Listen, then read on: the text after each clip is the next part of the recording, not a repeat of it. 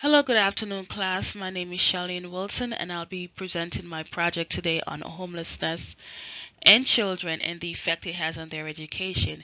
And as school counselors, the knowledge we have to have when it comes to working with children that are homeless. I will also be talking about the McKinney-Vento Homeless Act, which is a law that was signed in effect when in the Reagan era. And as a school counselor, we have to know all the services that are supposed to be provided to all the homeless children under this particular act.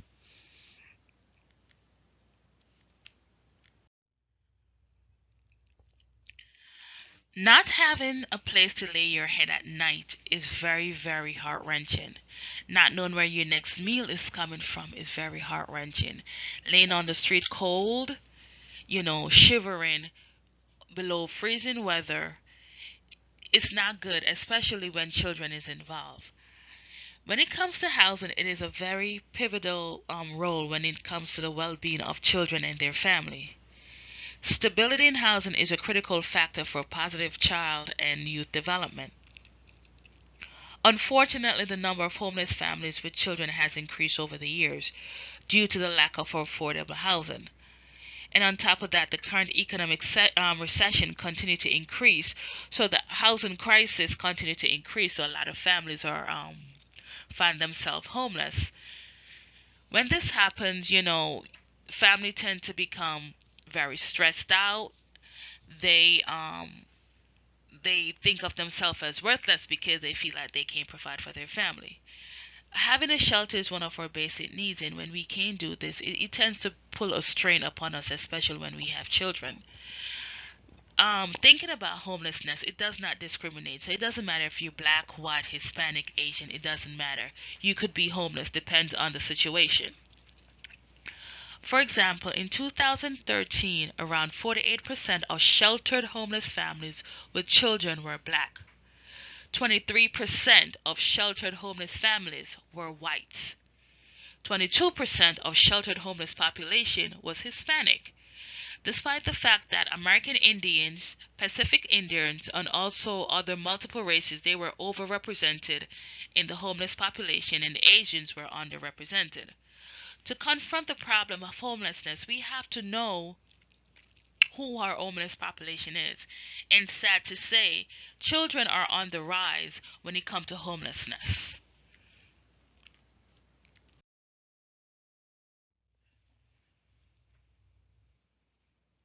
According to the National Center for Homeless Education, the majority of our students experiencing homelessness do not live in shelters.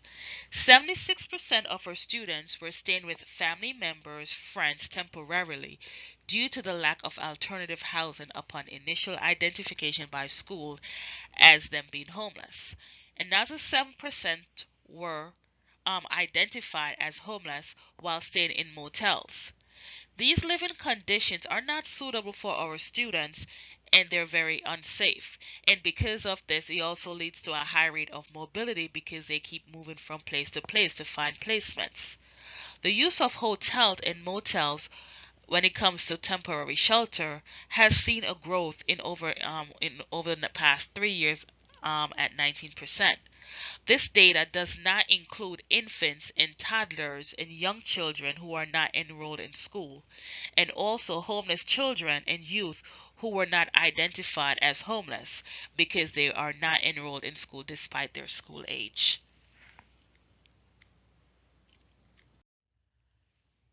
As a case manager, I deal with homelessness on a daily basis.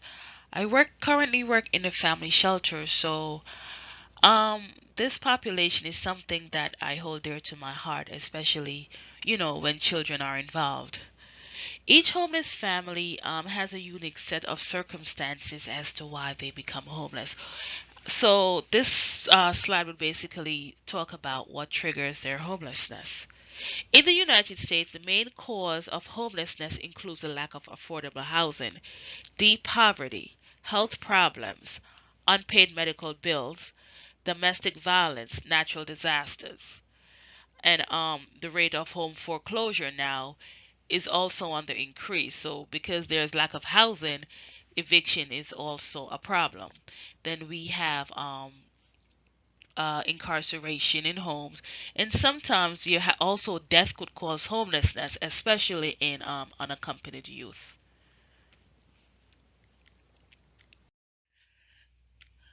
Being homeless is a tough pill to swallow, especially when with children and not knowing where they will be sleeping at night. Some of our families that are homeless can be found sleeping on the bridges in the parks. Some of them have gone to transitional shelters. Some of them sleep in abandoned buildings, roam the tunnels, roam the street. Unaccompanied youth sometimes, exchange sex for a place to stay, which is not a healthy situation. As school counselors, we have to be able to identify our students. So if we find out that they're homeless, we have to make sure that they have a comfortable place to stay at night. So knowing the fact that they're homeless, we could make appropriate referrals to places that will be able to accommodate them and their family. Education plays a very important role when it comes to breaking the cycle of homelessness and poverty. Not only is academic achievement important in one's life, but the social and emotional development that happens within school is very important as well. The connection these students make in school is sometimes is the only stable connection they have, because due to their housing instability and their current social status of homeless, they don't have that bond. So sometimes going to school is the only bond that they have with their friends. Identified homeless youth were enrolled in school were increased by 3.5% over the last 3 years, from 2012 to 2016. Also, it shows that within the year of 2015 and 2016, unaccompanied youth applied for college at a good rate of 31,948. That's a lot of kids that are, despite their situation, realize that, education is the key, and I still want to be something in life. I still want to have that profession, and I still want to maintain my goal and achieve my goal. 13 to 14% of college students are identified as homeless. So despite getting a college education, they have nowhere to sleep at night, or they might be in shelters, but they're still doing what they have to do, because this at the end of their college years, they know that they'll be able to get a good job where they'll be able to take themselves out of the situation that they're in. Based on some of my key findings when it comes to homelessness in New York City public school children, I found that the number of homeless students in New York City public school jumped by 20% in just 1 year, reaching to a close 100,000 in the school year 2015-2016. That's very huge. That's a lot of children. And also there's a 49% increase of students in home that weren't homeless in 2010 to 2011, but now they're homeless. So if this trend continue, where homelessness is on this rapid rampage and homelessness is increasing this much, you will find that in a couple of years, more than 1 out of 7 New York City public school students will experience homelessness by the time they enter fifth grade. As a homeless youth, some of the barriers faced when it comes to education includes a high rate of absenteeism, meaning that because they move from place to place and due to lack of transportation, they are not able to attend school on a daily basis. And because of the high absenteeism in school, they tend to have a higher retention rate, so they tend to repeat grades more than a regular child who lives within a permanent housing. Their health tend to deteriorate more because they don't have that proper care when it comes to medicals and going to the doctor on a daily basis. When it comes to unaccompanied youth, they don't have that parental guidance that could guide them into doing the right thing. So because of this, they tend to drop out of school. So you have a high school dropout when it comes to unaccompanied youth being homeless, being unable to meet enrollment requirements. So therefore, being that they move from place to place, they're mobile students. Sometimes they're not accepted in school on a regular basis because they don't have the requirements or the documents to be enrolled in school. So all these barriers have an impact on their education, and it also sometimes causes them not to even consider going forward with whatever goal that they have in life because of the stressful situation that they are in. As school counselors, we have to work to eliminate these barriers when we identify our students that are homeless.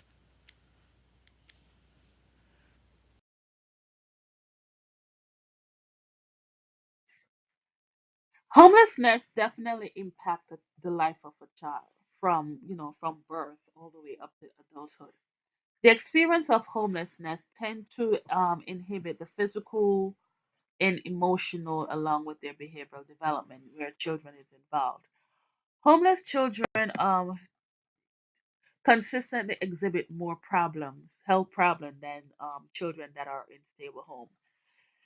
And the reason for this is because of their conducive environment, such as living in areas where there's no ventilation, and because of this, their health is become deteriorated.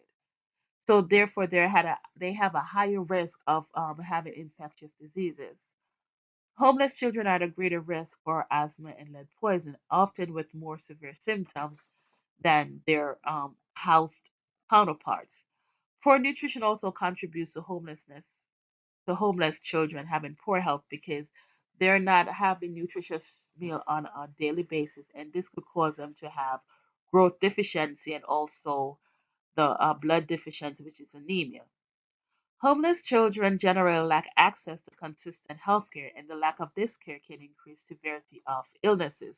So, for example, sometimes a child might have a basic cold, but because of the lack of medical attention, it moved from a cold to upper respiratory infection, and from there they also have an infection. So their physical development at times is neglected, and I believe that the reason for this is the fact that the parents are stressed and they have other things to not that they're not worrying about their child, but at the moment their main focus is to get out of the social slum of being homeless. Homeless children are not only affected by their homeless situation physically, but they also are affected emotionally and academically. The social impact of homelessness among children can cause them to experience adult like situation. Oftentimes, when this happens, children are stressed out. And this is due to the fact that they do not understand what's going on around them because sometimes they're too young to understand what's transpiring. Some of the implications that arise in the emotional development of a child includes the fact that, they tend to worry about their parents and the situation that they're in. And they also are forced at times to grow up very quick because they tend to be caregivers for their younger siblings while their parents are at work. Stressful change results in a higher occurrence of mental disorders, which become evident in homeless children's behavior. For example, a young man, a boy, teenager, he tends to be more violent, whereas the girl at times she's more depressed. Homeless children experience stress due to the constant changes within their life, which is accumulated over time.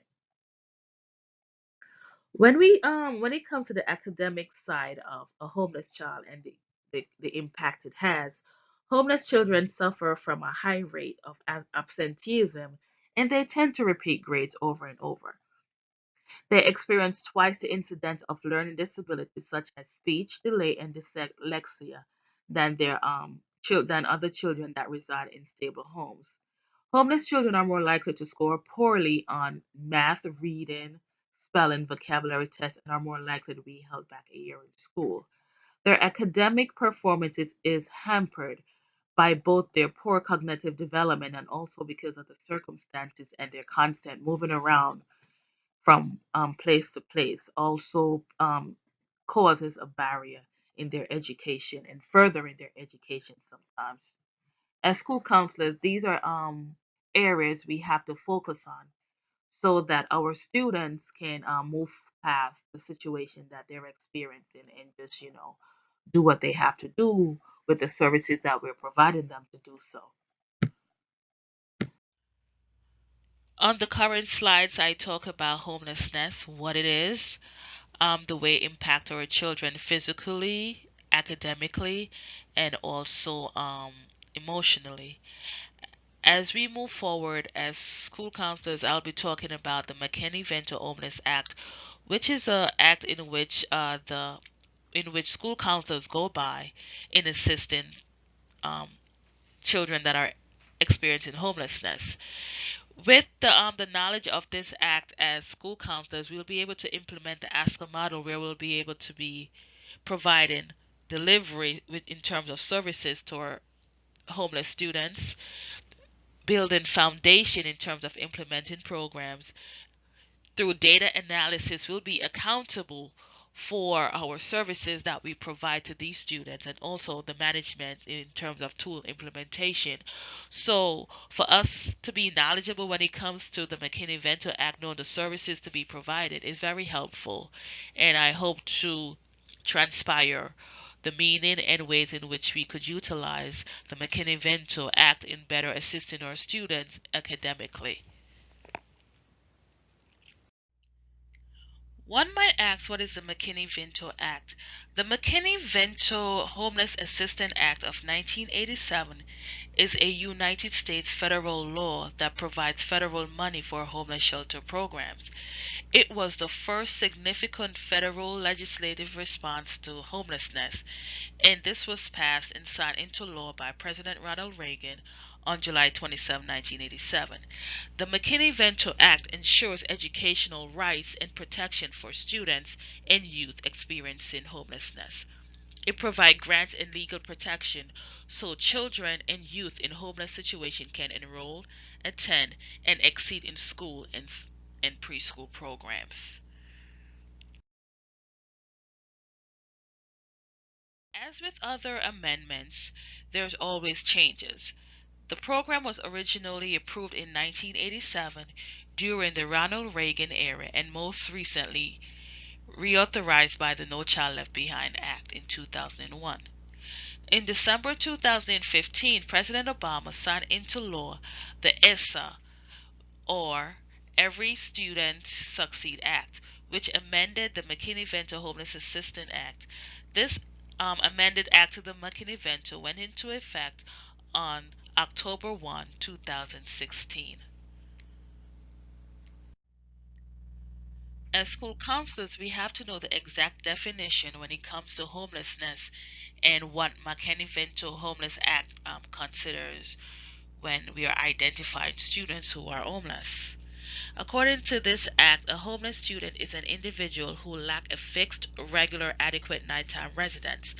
This act further states that homelessness includes individuals who, due to lack of housing, live in emergency or transitional shelters, motels, campgrounds, or are awaiting foster care in parks or any other public places.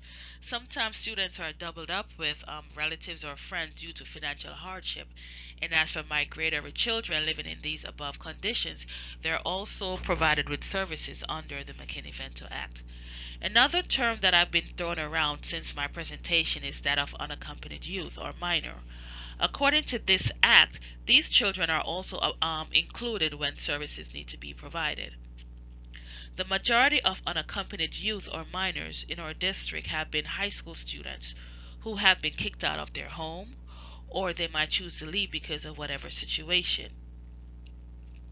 Also, some of these students um, face unfortunate situation, for example, where their parent might be incarcerated due to illness, hospitalization, or death. They become homeless, and because of this, they do not have anywhere to live. So oftentimes they're classified as homeless unless they're being adopted or something like that. Then that would change their prospects.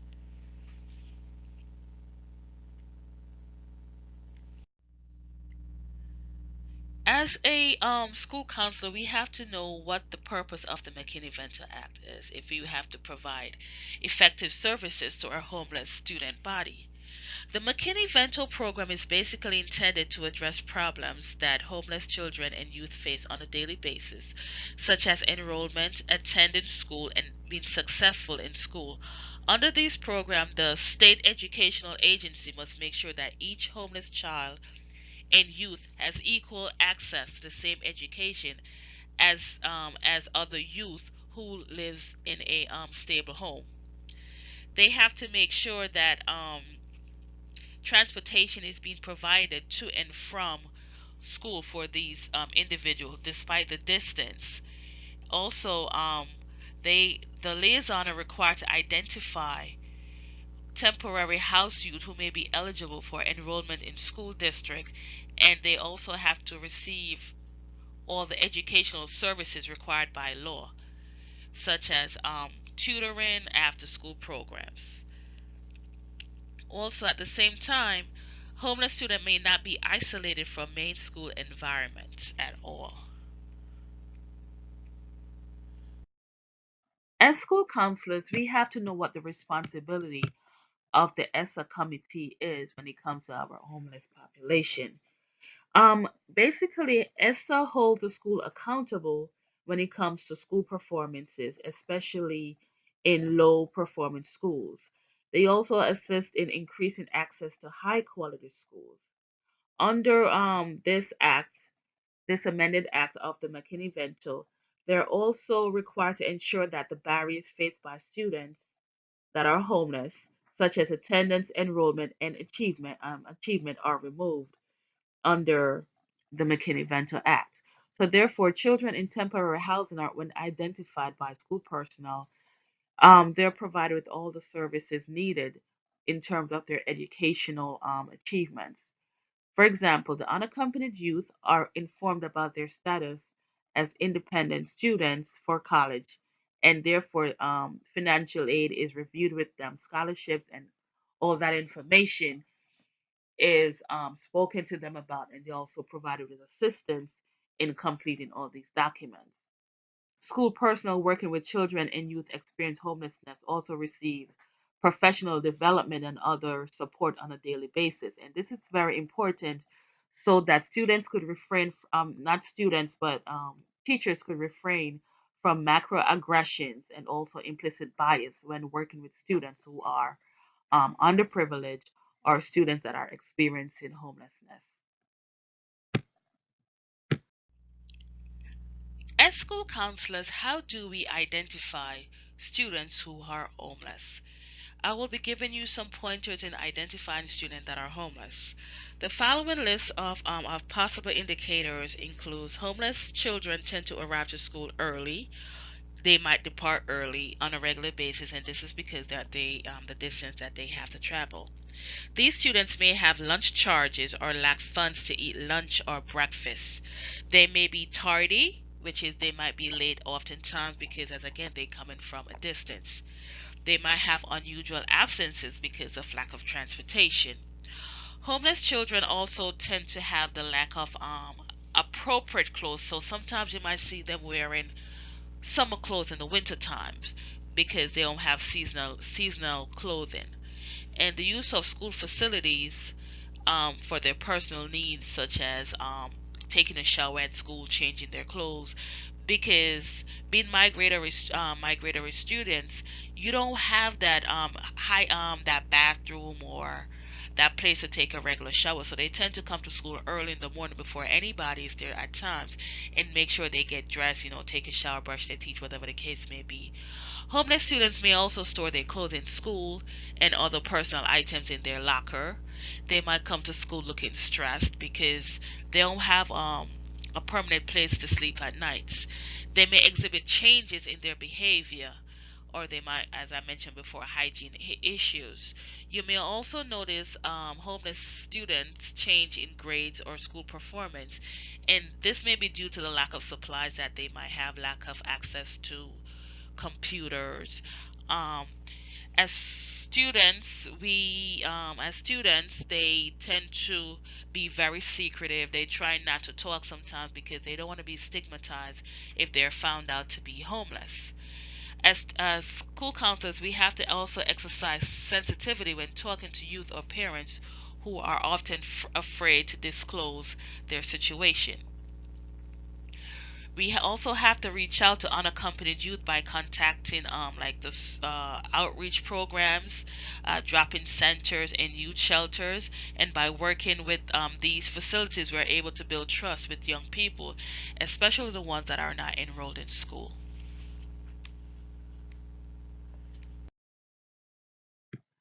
As a school counselor, being a part of a comprehensive school counseling program is very vital and is very important in delivering services to our needed student body, which in this case is homeless individuals.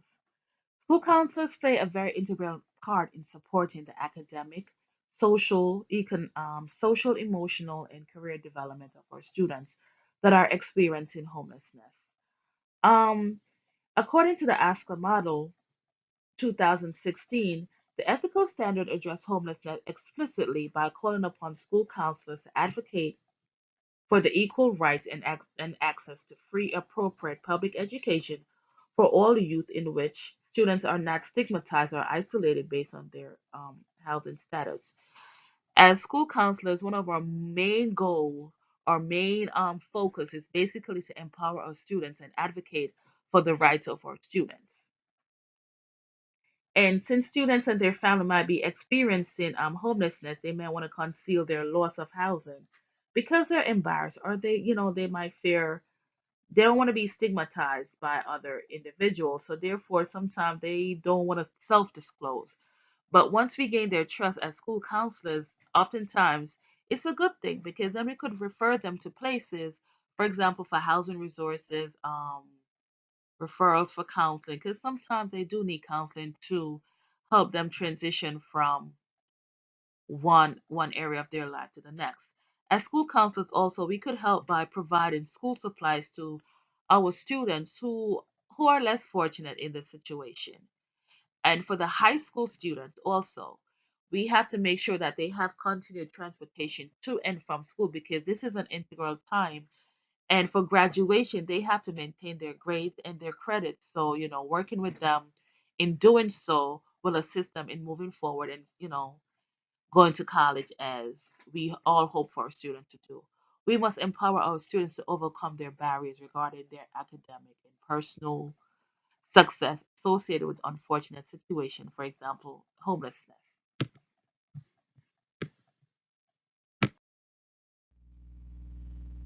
As a school counselor, I'm willing to work with teachers and other administrators in assisting my students who are experiencing homelessness at the school level to ensure that all the provisions under the McKinney-Vento Act are met. My role is also to provide supportive services to address my students' academic, personal, social, and career planning needs.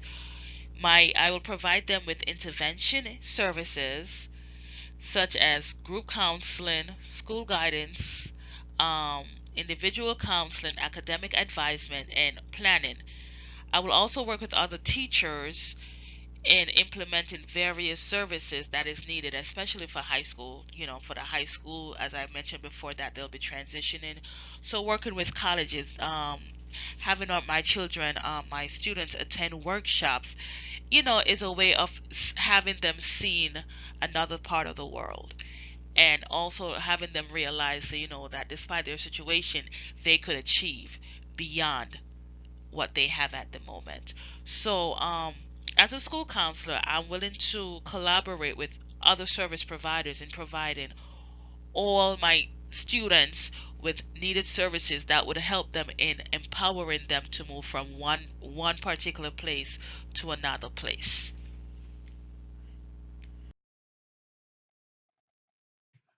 In conclusion, as a school counselor, in the making, we must continue to be very vigilant when it comes to our children, our students, and we have to be very proactive.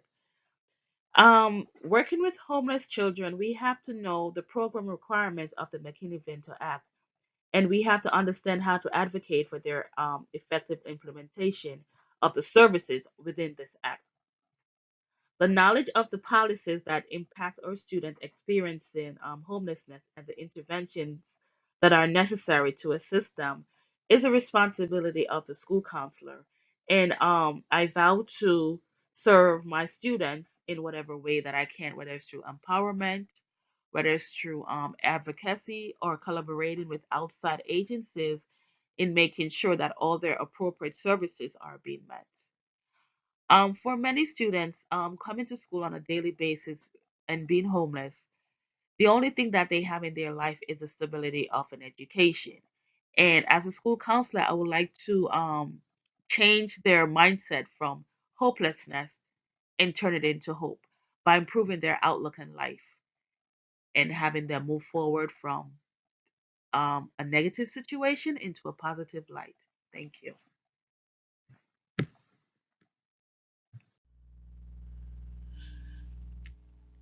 This is my reference page with all the information that I gathered to help coordinate my presentation. I hope you guys gain some knowledge based on whatever I presented today, and I'm looking forward to your feedback. Thank you.